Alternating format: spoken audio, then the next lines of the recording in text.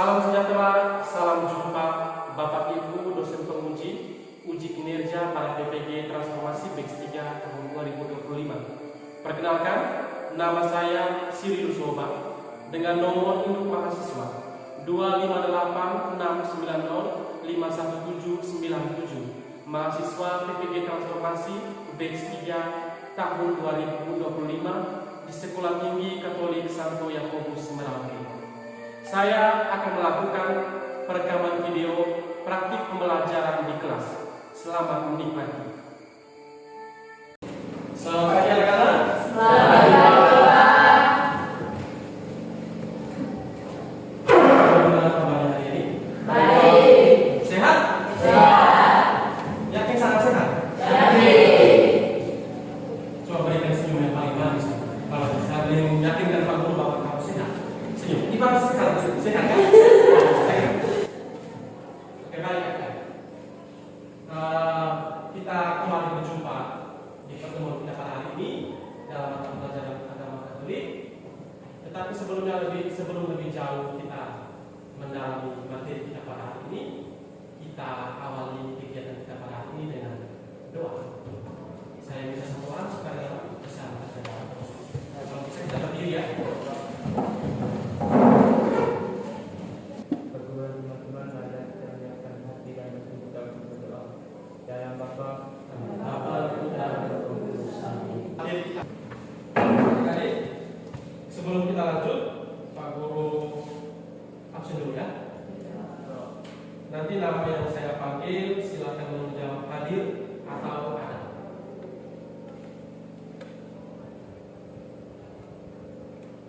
Bagas, Aldi, Tasya, Eka, Saldi, Angel, Ivan, Imam, Marsada, Fitri, Novia, Olce, Risa. Terima kasih. Kita hadir semua ya. Sebelum kita lanjut lagi, sebagai bentuk rasa nasionalisme cita tanah air, saya mengajak anak sekalian kita bangun berbangga dulu. Kita nyanyikan satu lagu, salah satu lagu lagi kita semua.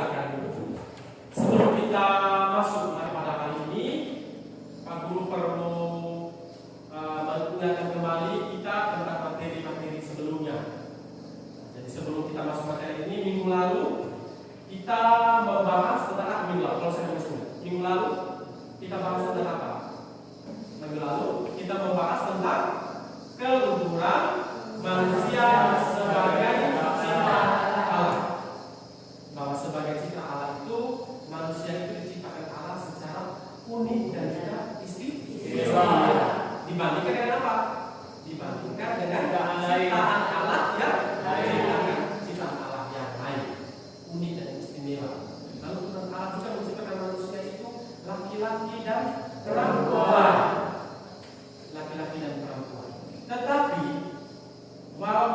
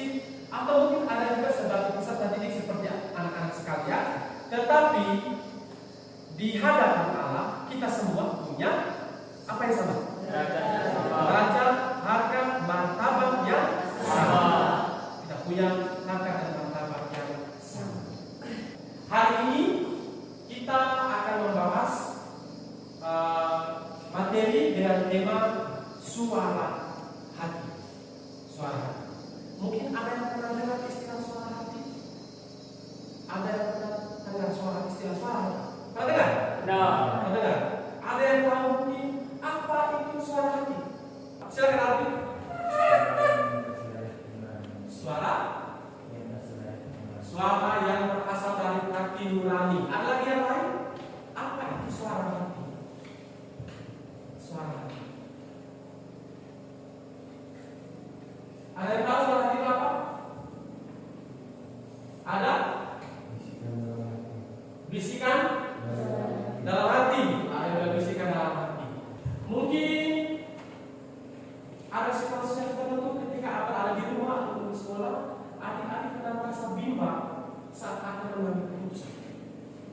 Merasa bimbang, membuat sesuatu tapi bimbang. Buat tidak, buat tidak. Atau juga mungkin merasa tidak tenang setelah berbohong. Pernah berbohong kan? Pernah berbohong. Ya. Lalu perasaan setelah berbohong? Gelisah. Ada yang gelisah, ada yang merasa bersalah. Yang berikut, ada juga mungkin merasa lega dan damai setelah melakukan perbuatan baik. Setelah melakukan perbuatan baik, pernah berbuat baik? Pernah. Saya yang buat, tidak mungkin tidak buat. Ya. Lalu setelah melakukan perbuatan baik, perasaannya bagaimana? Senang, lega mungkin, rasa bangga juga. Bangga karena melakukan perbuatan baik. Perasaan demikian atau suara-suara yang muncul itu, yang muncul dari dalam diri itu, yang menuntut Tuhan mendorong kita untuk berbuat sesuatu, mengambil sebuah tindakan, dorong, buat tidak, buat itu tidak. Itu yang kita sebut dengan suara hati. Disebut dengan suara hati. Sebelum kita lanjut, kita lihat bersama-sama tujuan pelajaran kita hari ini. Satu orang mungkin bisa baca, Fitri, baca. Peserta didik diharapkan mampu memahami peran dan fungsi suara hati, bersyukur kepada Allah atas karunia suara hati, disiplin terhadap suara hati, dan mewujudkan suara hati dalam hidup sehari-hari.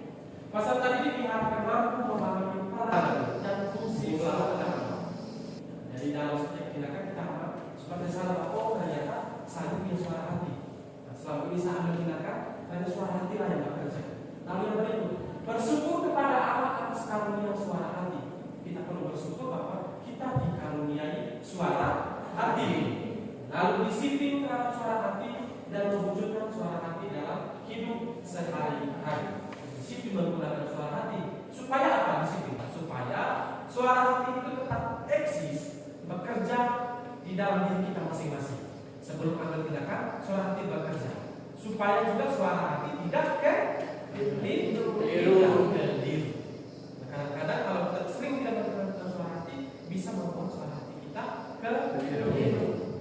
Kita lanjut. Suara hati itu secara umum itu merupakan sebuah kesadaran moral yang tumbuh dan berkembang dalam hati manusia. Jadi, suara hati itu dia mendorong setiap manusia itu sebelum dia mengambil sebuah tindakan, dia akan menyuruh melakukan kalau perbuatan itu baik, dan dia akan menyuruh tidak melakukan kalau perbuatan itu jahat. Tapi sebelum kita lanjut mendalami materi kita pada hari ini, Pak Guru akan melanjutkan sebuah film pendek singkat yang berkaitan dengan suara hati.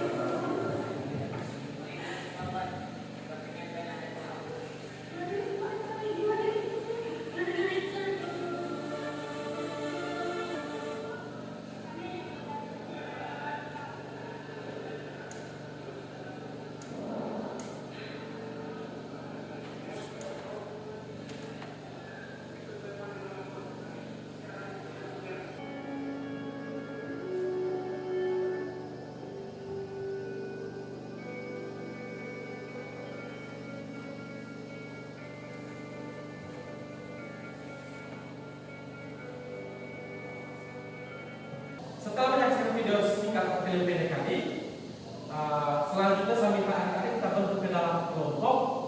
Nanti Pak Guru akan membagikan LKPD berkaitan dengan studi kasus dalam kaitannya dengan suara hati. Nanti kita bagi ke dalam 3 kelompok. 1, 2, 1. Yang satu, yang dua dengan dua, ketiga dan tiga. Yang satu di sini, kelompok 2 di sini, dan kelompok 2 di sini, dan kelompok 3 di sini. Selanjutnya di dalam kelompok Pak Guru kasih waktu 2 menit. Silakan menentukan ketua, boleh sekretaris, lalu bagi memang sebentar siapa yang presentasi, yang menentukan siapa, yang menentukan siapa.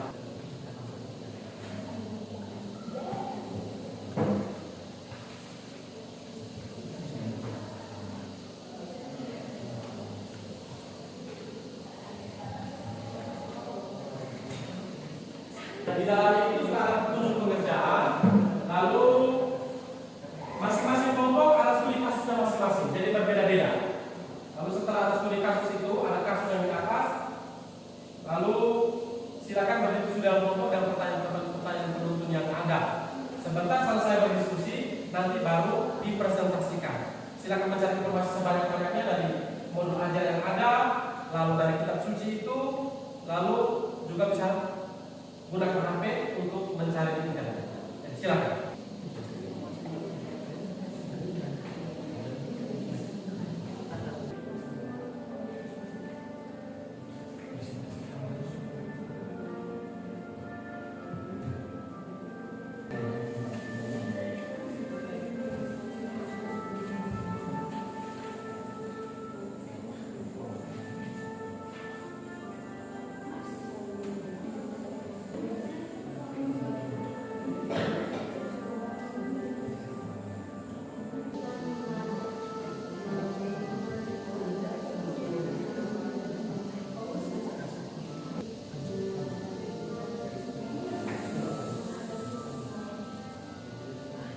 Kita berikan kesempatan untuk nomor 1 bisa tampil ke depan untuk bisa mempresentasikan hasil diskusi. Silakan kita semua.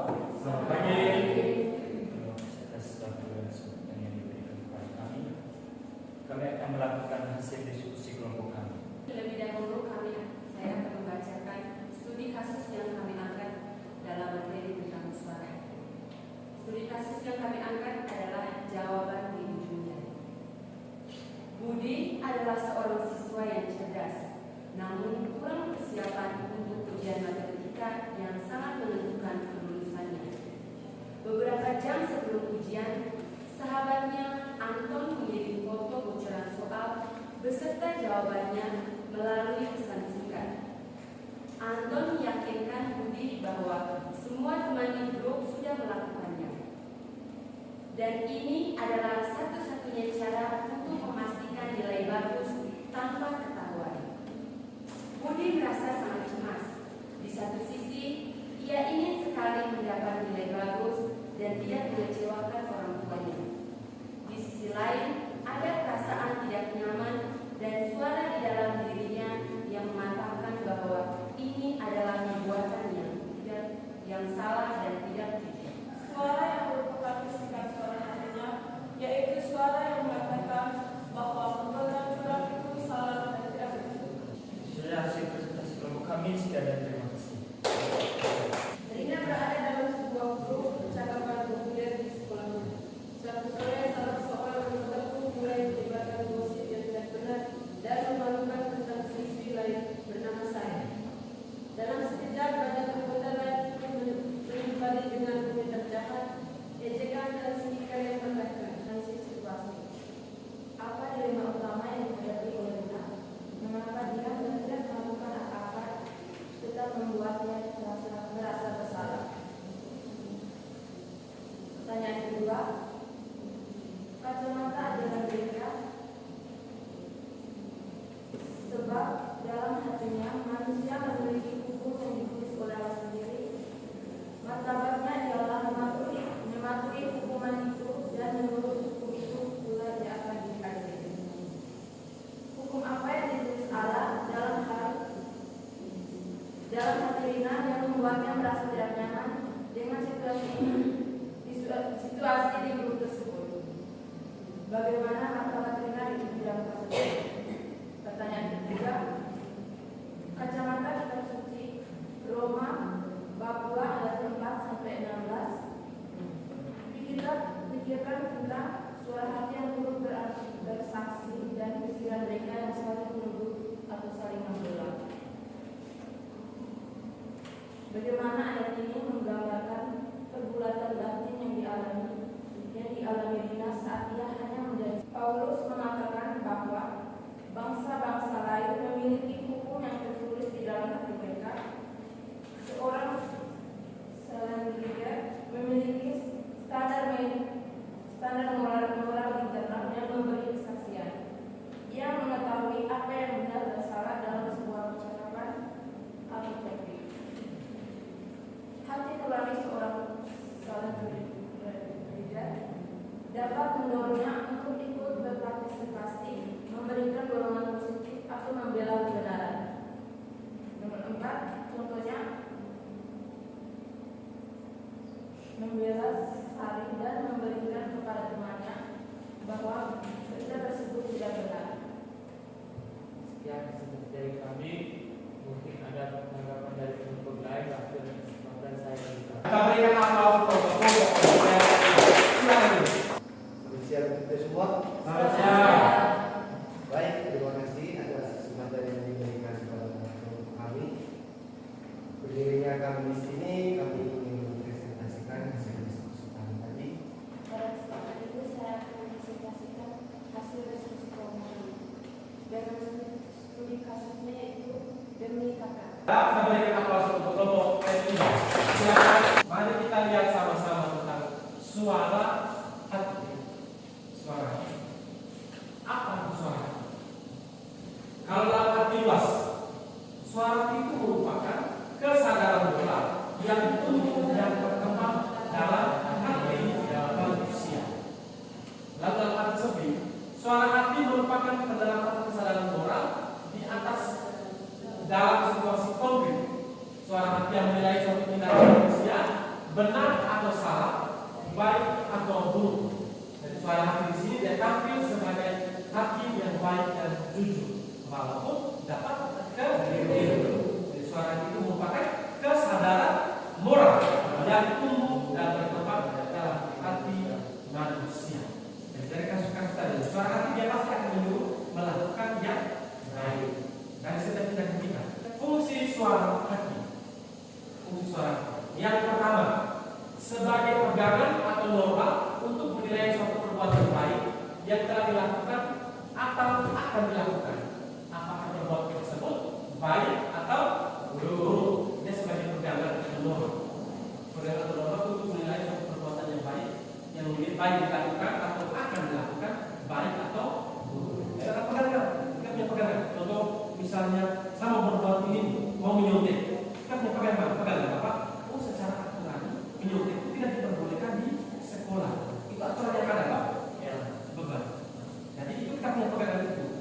Itulah suara hati, pegangan untuk menilai suatu tindakan itu baik atau buruk. Yang kedua, sebagai pemberi dorongan untuk melakukan tindakan yang terbaik dan bertindak dari perbuatan kejahatan. Dia sebagai pemberi dorongan. Dia akan mendorong untuk melakukan tindakan yang baik dan melarang untuk tidak melakukan kalau perbuatan itu jahat atau perbuatan itu buruk. Lalu yang ketiga, sebagai penyadar manusia akan nilai dan harga diri. Dan yang keempat, sebagai Yudex dan Fidex. Index itu petunjuk, lalu Yudex itu hakim dan Fidex itu hukum. Jadi petunjuk sebelum tindakan itu dilakukan, hakim menjelang perbuatan itu mau dilakukan, dan juga sepanjang tindakan itu, dan juga sebagai penghukum setelah tindakan itu dilakukan. Sekarang kita melihat proses kerja suara hati. Bagaimana suara hati itu bekerja? Yang pertama, sebelum bertindak, ia berfungsi sebagai petunjuk atau indeks. Contoh tadi kasus ini dari kasar, jempol yang melukai, kasus gosip gosip ya. Nah, gosip itu yang benar tidak benar. Kalau yang gosip sesuatu yang sebenarnya tidak terjadi kan jadi gosip.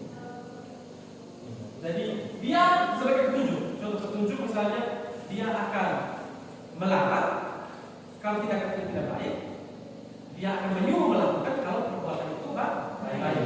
Dalam konteks kasus gosip tadi, tindakan yang mendorong untuk melakukan yang baik kan melakukan untuk apa? Mencegah teman-temannya menggosip tentang teman yang lain yang ada di luar grup. Siapa bisa menjelaskan cara kedasaran? Ya Pak.